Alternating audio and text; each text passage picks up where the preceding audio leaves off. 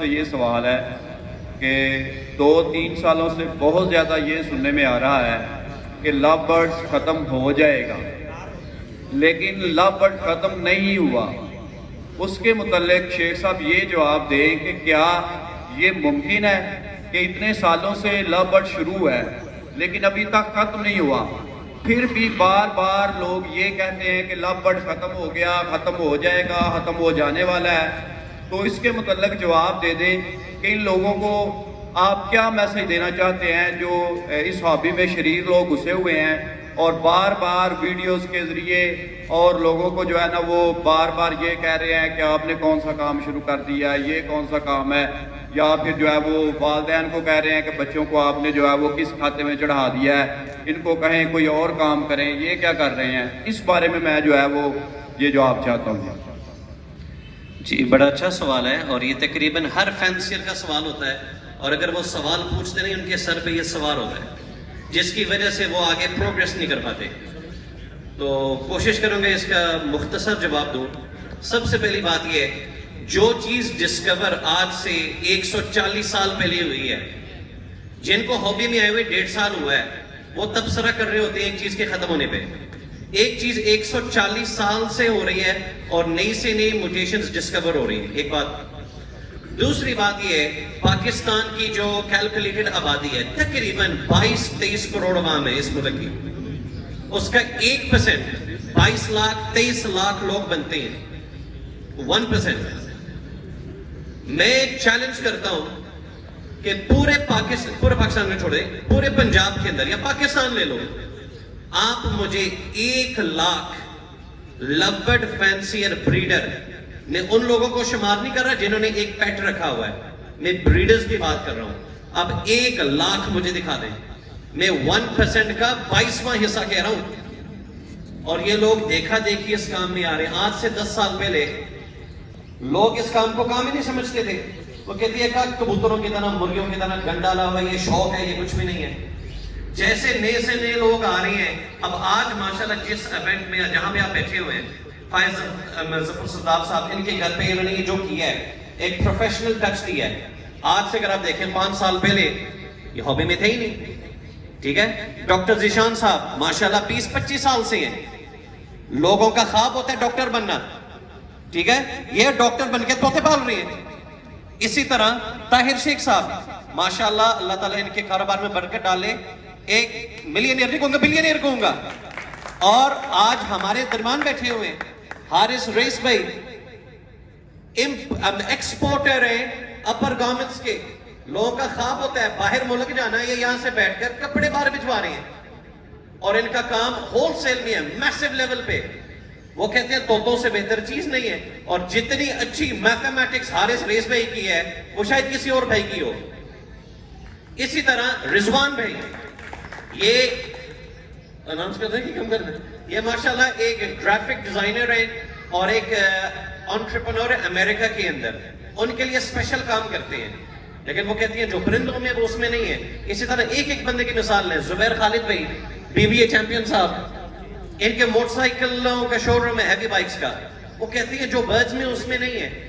اب اسی طرح دیکھا دیکھی یہ جو ہے نا مزید لوگ آتے جائیں گے۔ اب یہ کون لوگ ہیں جو یہ بات کر رہے ہیں؟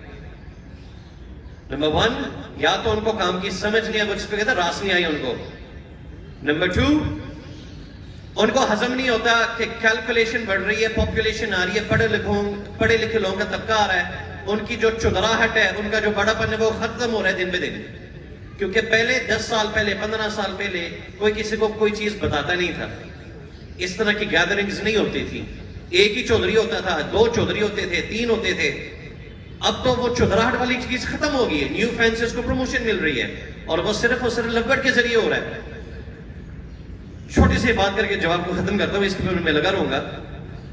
میں ایک بندے کے گھر میں بیٹھا ہوا تھا 2019 میں یا 2020 میں، تو اس نے بڑا کہا شیخ صاحب یہ جو آپ کام کر رہے ہو نا غلط ہے، یہ ہے وہ ہے، طوطا کبھی باہر نہیں جائے گا۔ اچھا ادھر میں کلیریفیکیشن کرنا چاہ رہا ہوں، لو برڈ ایکسپورٹ نہیں ہو سکتا، ٹھیک؟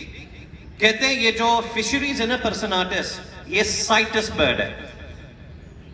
میں سنتا گیا، میں کہا کیا بات ہے، یہ تو وہ باہر سے لوگ مال منگوائی جا رہی ہیں, اور اس پہ بھی میں کہوں گا جو انہوں نے باہر سے گند منگوایا انہوں نے کوئی کسر نہیں چھوڑی اس ہابی کو برباد کرنے میں.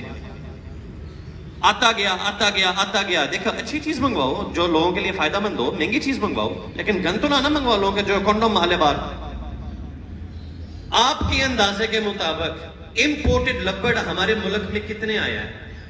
50 لاکھ کا, 1 کروڑ کا. ایک امپورٹر نے کوئی 10 کروڑ روپے کا مال بیچا ہے. کتنے امپورٹرز بیٹھے ہوئے ہیں؟ آج بھی لبڑ الحمدللہ اپنے ٹنگوں پہ کھڑا ہے. رنگ نیک والے, دوسرے موٹیشنز والے, دیکھیں ہمارا کسی کے ساتھ مقابلہ نہیں ہے. ہم نے لبڑ کو پروموشن اتنی کر دی ہے, ہم سب نے مل کر, آپ بیٹھنے والے, بولنے والے, یہاں پہ آنے والے, ہر بندے نے اس ہابی میں کنٹریبیوٹ کیا ہے. بڑے طوطے والے کسی آج تک جگہ پہ بیٹھتے ہیں اس طرح, کوئی ایک محفل مجھے دکھا دیں, ٹھیک ہے؟